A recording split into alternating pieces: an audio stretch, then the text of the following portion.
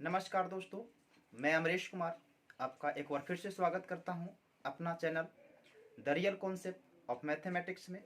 और आज की क्लास का शुरुआत हम करते हैं एक छोटे से लाइन के साथ।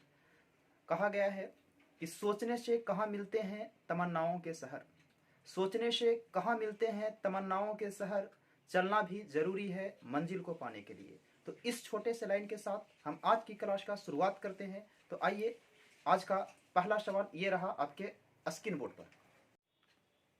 चलिए तो बढ़ते हैं हम लोग पहले प्रश्न की ओर। और देखिए, ये जो दोनों प्रश्न आपको दिख रहा होगा बोर्ड पर, ये बहुत ही इंपॉर्टेंट प्रश्न है आपके एग्जामिनेशन पॉइंट ऑफ व्यू से। तो इसको समझने की कोशिश कीजिएगा। देखिए, अगर हम चाहें तो आपको 2 सेकंड में बता देंगे कि इसका उत्तर क्या होगा, लेकिन आप हमेशा ध्यान रखिएगा कि एग्जाम में आपको कभी जो कहा जाता है 2 सेकंड में 3 सेकंड में, ये काम नहीं देता है। इस चीज़ का आप ध्यान रखिए। तो हम आपको शॉर्टकट भी बता देंगे और इसको हम बताएंगे कि इसका मेथड क्या है, इसको हम कैसे बनाएंगे, कभी प्रश्न गलती ना हो। तो देखिए, कभी कभार होता क्या है कि इसको देखिए हम लोग क्या करते हैं कि हम लोग बस शॉर्टकट के पीछे भागते हैं और इसके मेथड कॉन्सेप्ट को हम समझ ही नहीं पाते हैं। तो आइए, सबसे पहले हम आपको शॉर्टकट दोनों प्रश्नों को बता देते हैं और उसके बाद बताएं कि इन दोनों प्रश्नों को अगर हम मेथड से बनाएं तो कैसे बनाएंगे। तो देखिए, सबसे पहले ये कहा है कि एक व्यक्ति 16,800 रुपया में 18 खाट बेचकर 3 खाट के क्रय मूल्य के बराबर लाभ प्राप्त करता है, तो एक खाट का क्रय मूल्य क्या होगा। तो देखिए, कहा है कि 18 खाट बेचा है तो 3 खाट के क्रय मूल्य के बराबर लाभ कमाता है। तो बताइए कि इसमें से एक खाट का क्रय मूल्य क्या है। तो देखिए, बहुत से दिक्कत करेगा कि सर यहाँ 18 खाट है और ये 3 खाट है, तो लाभ है, तो कहा जाएगा कि 18 और 3 दोनों को जोड़ दीजिए तो 21। और देखिए, ये टोटल 16,800 है, इसको कुछ नहीं कीजिए, 21 से डिवाइड कर दीजिए, आपका उत्तर हो जाएगा। 21 से काटिएगा तो 8 वर्ग में कटेगा, ये 800 रुपया एक खाट का क्रय मूल्य आ जाएगा। इसी तरह से यहाँ देखिए, कह रहा है कि 17 गेंद को बेचने को 720 रुपया में बेचने पर 5 गेंद के क्रय मूल्य के बराबर हानि होती है, तो एक गेंद का क्रय मूल्य ज्ञात कीजिए। तो आप हमेशा ध्यान रखिएगा कि अगर इस तरह के प्रश्न हो और आपको देखिए लाभ होता है तो इन दोनों को जोड़ के डिवाइड कीजिएगा, और अगर हानि होगा तो कुछ नहीं कीजिएगा, इन दोनों को घटा करके डिवाइड कीजिएगा। जैसे 720 रुपये में बेचा है, कह रहा है कि 17 गेंद बेचने पर 5 गेंद के क्रय मूल्य के बराबर हानि होता है, तो 17 में से 5 घटा लीजिए। तो बताइए कि 17 में से 5 घटा लीजिए तो कितना हो जाएगा, तो कहें सर 12, और इसको 12 से भागा दे दीजिएगा तो आपका आ जाएगा 60। तो ये आपका 60 उत्तर हो जाएगा। लेकिन याद रखिए कि देखिए मेरे दोस्त, कि अगर कहीं भी ऐसा सवाल आ जाएगा तो यहाँ देखिए क्रय मूल्य के बराबर हानि कहा है, ये क्रय मूल्य के बराबर लाभ कहा है। लेकिन अगर प्रश्न में एग्जामिनर आपको फंसाना चाहेगा तो विक्रय मूल्य के बराबर लाभ या हानि दे दिया, तो फिर ये प्रश्न आपके लिए बहुत डिफिकल्ट हो जाएगा, बनेगा नहीं।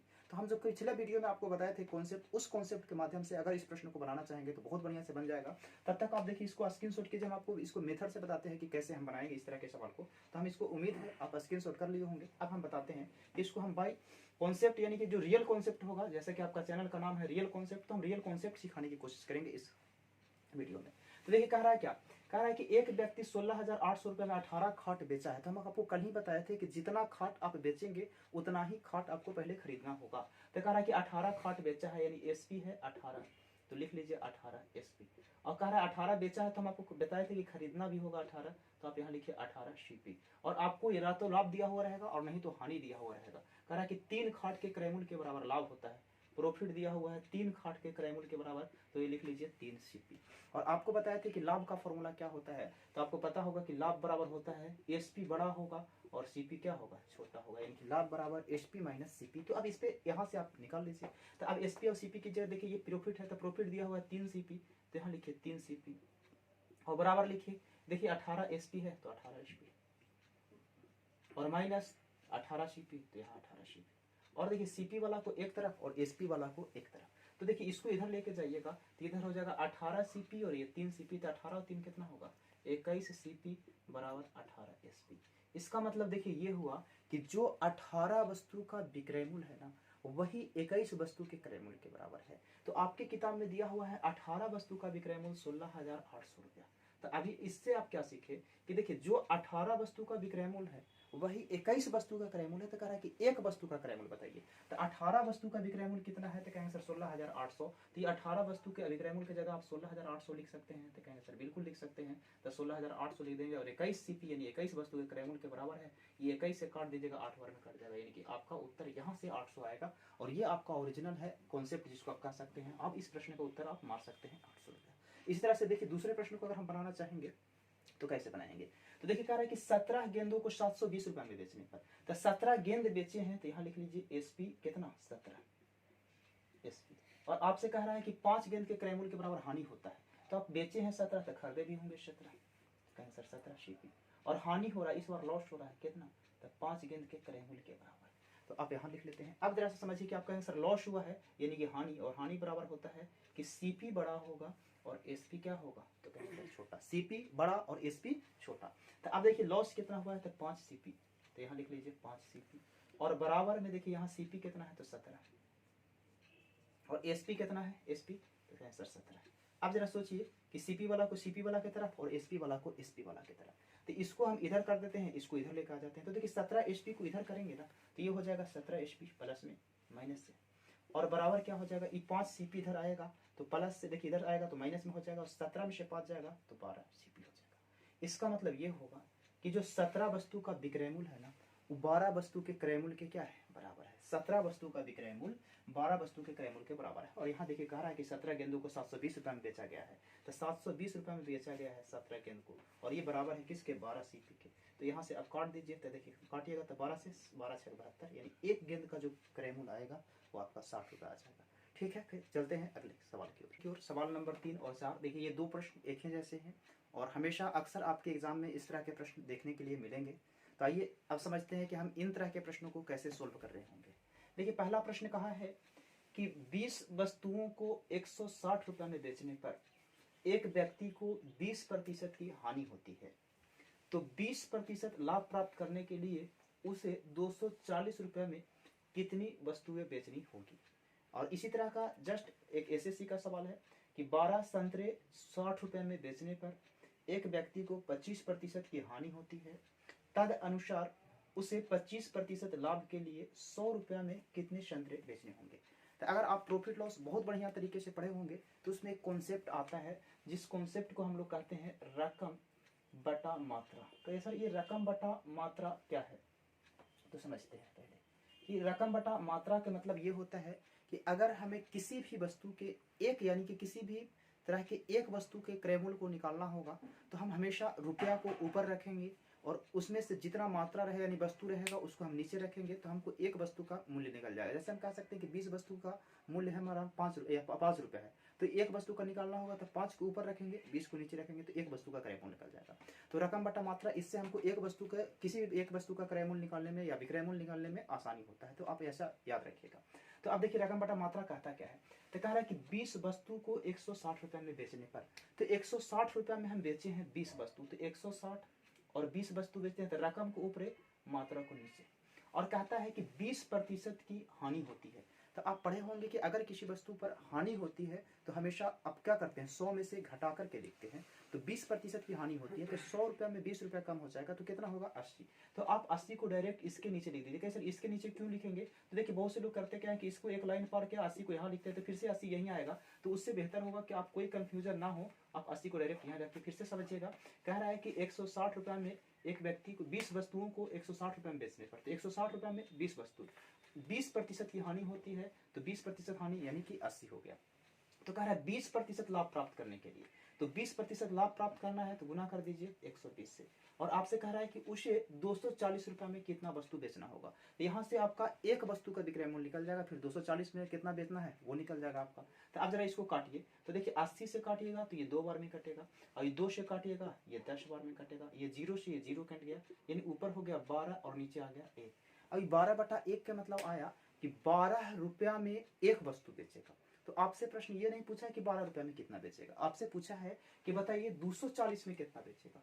तो यहाँ लिख दीजिए 240, और आपसे कह रहा है वस्तु कितना। तो आप जरा सोचिए कि 12 रुपये में एक, तो 240 में कितना। तो कहें सर इसका ये 20 गुना है, तो इसका मतलब कि इसका ये 20 गुना वस्तु बेचेगा। तो आपका उत्तर हो जाएगा कितना, 20, यानी ऑप्शन नंबर कौन सा, ए। अब देखिए इसी तरह से आप दूसरे वीडियो को समझने, दूसरा सवाल को समझने का कोशिश कीजिएगा। अगर सपोज अगर मानते हैं कि आपको कम समझ में आए तो आप इस वीडियो को 2 से 3 बार देखिएगा, थोड़ा सा बैक कर करके आपको समझ में आ जाएगा। अब देखिए इसमें कह रहा है कि 12 संतरे 60 रुपये में बेचने पर, तो देखिए 60 रुपये में 12 संतरा बेचता है, तो लिख दिए 60 रुपये में 12, और कहता है इस व्यक्ति को 25% की हानि होती है। आप जरा सोचिए इस बार 25% की हानि हो रही है, तो 25% हानि का मतलब हम यहाँ कितना लिखेंगे, तो कहेंगे सर 75। और अब आपसे बोला कि 25% लाभ कमाने के लिए, तो 25% लाभ अर्थात 100 कितना हो जाएगा 25। अब आपसे कह रहा है कि 100 रुपये में कितने संतरे बेचने होंगे, तो 100 रुपये में कितना बेचना उसको आप छोड़ दीजिए। हमेशा पहले याद रखिए कि पहले हम एक वस्तु का निकालेंगे।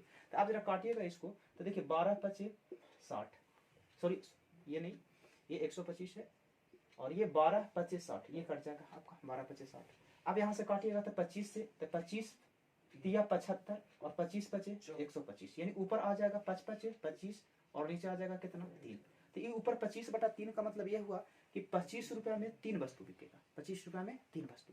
और आपसे कह रहा है कि 100 रुपया में कितना संतरा, तो 100 रुपया में कितना, तो सोचिए कि 25 का क्या गुना है, तो कहें सर 4 गुना, तो वस्तु भी 4 गुना हो जाएगा, यानी कि कितना हो जाएगा 12, अर्थात आपके प्रश्न का उत्तर हो जाएगा 12। अब ये प्रश्न आपके एग्जाम में बहुत ज्यादा पूछा जाता है, तो आप इसको ध्यान से 2-3 बार समझने की कोशिश कीजिएगा, बस कुछ नहीं करना है। अगर आपको लगता है कि कंफ्यूजन है तो एक बार हम फिर से बता देते हैं, दोनों में से एक इसी सवाल को मान लेते हैं, फिर से समझने की कोशिश करते हैं। तो देखिए करना क्या होगा, कह रहा है कि 12 संतरे 60 रुपए में बेचने पर, तो 60 रुपया में 12 रकम है ऊपर और मात्रा नीचे, तो वस्तु 12 बेच रहा है, लिख दीजिए।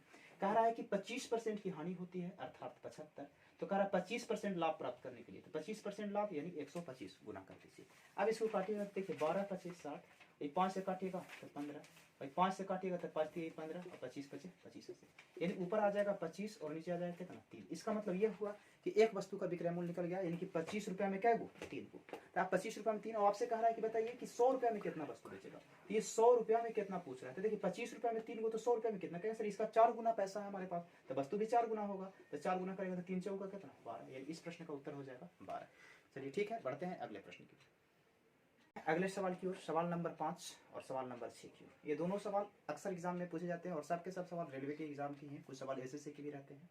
तो देखिए कहा है कि एक पेन को 144 रुपये में बेचने पर अनुराग को क्रय मूल्य पर 1/7 हानि हुआ है। तो क्रय मूल्य पर 1/7 हानि अर्थात आपसे ये कह रहा है कि 7 रुपये का वस्तु होगा ना, तो 1 रुपया हानि में बेचा है।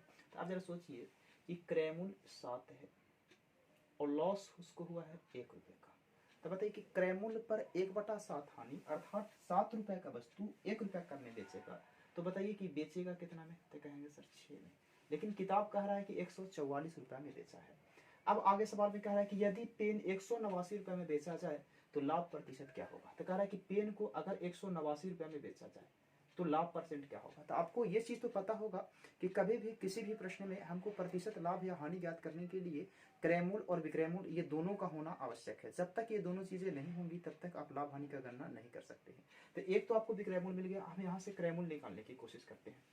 कह रहा है एक पेन को 144 रुपये में बेचने पर इसका एसपी है 144, कह रहा अनुराग को क्रय मूल्य का 1/7 हानि होता है अर्थात 7 का वस्तु 1 रुपया कम में बेचेगा, तो बेचेगा कितना में 6, तो विक्रय मूल्य का तुलना विक्रय मूल्य से। और अगर हम क्रय मूल्य निकालना चाहेंगे तो इंटू कितना करना पड़ेगा 7, ये 6 से काटेंगे तो आपका कटेगा 24 बार में, और 24 गुने 7 कितना हो जाएगा 168, यानी आपका सीपी जो होगा वो 168 रुपये आ जाएगा। अब आपका क्रय मूल्य 168 रुपये है और विक्रय मूल्य 189 रुपये है, तो कहें सर लाभ हो रहा है कि हानि हो रहा है, तो कहेंगे बिल्कुल लाभ हो रहा है। तो आपसे कहा है कि लाभ या हानि प्रतिशत ज्ञात कीजिए, लाभ प्रतिशत ज्ञात कीजिए, तो निकालते हैं लाभ परसेंट। तो कितना रुपए का लाभ हो रहा है, तो कहें सर 9 में से 8 जाएगा 1, और ये देखिए आपका 8 में से 6 जाएगा 2 और 1 में से 1 जाएगा 0, यानी 21 रुपये का लाभ हुआ। कितना पर, 168 रुपये पर। परसेंटेज पूछ रहा है, काट दीजिए, तो 21 से काटिएगा तो 8 बार में, और 100/8 का मतलब आपको पता होगा कि 12.5% होता है, तो आपका लाभ जो होगा वो 12.5%, यानी ऑप्शन नंबर बी इस प्रश्न का उत्तर हो जाएगा। आगे चलते हैं। देखिए ये प्रश्न सबसे ज्यादा फंसाने वाला प्रश्नों में से एक है और सबसे आसान सवाल है, और एनटीपीसी में इस तरह का बहुत ज्यादा सवाल पूछा था पिछले साल, आप देखेंगे उसमें भी, या इस बार जो एग्जाम हुआ उसमें भी, यानी कि एनटीपीसी का सबसे पसंदीदा सवाल है। ये तो फिलहाल हम आरपीएफ का सवाल उठा लिए हैं, कोई दिक्कत नहीं, लेकिन आपको रेलवे में हमेशा पूछता है। कहा है कि एक वस्तु को 2% तथा 18% के लाभ पर बेचा जाता है, तो आप क्रय मूल्य को हमेशा 100 रुपया मानते हैं, ठीक है। अब कह रहा है कि विक्रय मूल्य में 3 रुपये का अंतर आता है, तो इनका अनुपात ज्ञात कीजिए। तो आप अगर रेशियो और परसेंटेज पढ़े होंगे तो रेशियो में एक चीज आपको सिखाया जाता है कि हमको सिर्फ अनुपात ज्ञात करना है, तो रियल वैल्यू का कोई जरूरत नहीं है। तो हम मान लेते हैं किसी वस्तु का क्रय मूल्य हमेशा 100 रुपये रहेगा, तो अब इस वस्तु को हम 2% लाभ पर बेचेंगे तो कितना बेचेंगे, तो कहें सर 102 में बेचेंगे, और इसी वस्तु को अगर हम 18% लाभ पे बेचते हैं तो कितना बेचेंगे, तो कहें सर 118 रुपये में बेचेंगे। तो कह रहा है कि इन दोनों वस्तु का अनुपात बताइए, तो हम डायरेक्ट अनुपात यहीं से निकाल देंगे। तो इसको काटिएगा तो 51 बार में कटेगा, इसको 2 से काटिएगा तो 5 दूना 10 9 दूना 18, यानी 59 बार में कटेगा। इस प्रश्न का उत्तर हो जाएगा 51 अनुपात कितना, यानी कि 59। अब बताइए 51 और आपका हो गया 59, तो आपका उत्तर जो हो जाएगा वो कौन सा हो जाएगा, ऑप्शन नंबर ए। तो आज का क्लास हम यहीं तक रखते हैं और फिर मिलते हैं आपसे कल अगले वीडियो में, नेक्स्ट वीडियो में। जय हिंद।